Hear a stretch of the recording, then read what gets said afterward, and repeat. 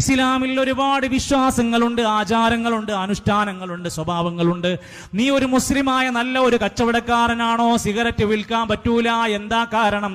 അത് ലഹരിയാണ്. കുല്ലു മുസ്കിരിൻ ഹറാം, ലഹരിയാണ്. പ്രിയപ്പെട്ട കച്ചവടക്കാരാ, നിന്റെ കടയിൽ സിഗരറ്റ് ഉണ്ടോ, കാജബീഡിയുണ്ടോ, നീ അത് വിൽക്കുന്നുണ്ടോ? നിന്റെ കുട്ടിക്ക് തിന്നാൻ കൊടുക്കുന്നത് ഹറാമാണ്. എന്റെ വാക്കല്ല, എന്റെ ഫത്വല്ല, നിങ്ങൾ വായിച്ചോ. 17 കാരണങ്ങൾ കൊണ്ട് സിഗരറ്റ് വലിക്കാൻ പാടില്ല, വിൽക്കാൻ പാടില്ല. അത് ലഹരിയാണ്, സംശയമില്ല. ഇനിയും നീ അത് വിറ്റുകൊണ്ടിരിക്കുകയാണെങ്കിൽ ഞാൻ ഒന്നേ പറയുന്നുള്ളൂ, ഈ പൂച്ചേങ്ങലിലെ അങ്ങാടിയിലെ ക്യാൻസർ പരത്തുന്നതിന്റെ ആള് നീയാണ്. നീ തന്നെയാണ് അതിന്റെ കാരണക്കാരൻ. എത്ര വയസ്സായ ആളുകളെയാണ് മരിക്കാൻ സമയത്ത് കുടുംബക്കാര് ശപിക്കാൻ തുടങ്ങി. അയാൾക്കത് വേണം. ശ്വാസം മുട്ടിങ്ങനെ കിതച്ചുകൊണ്ടിരിക്കുമ്പോൾ മക്കൾ പറയും, വലിക്കണ്ട വലിക്കണ്ട, അന്ന് പറഞ്ഞതല്ലേ.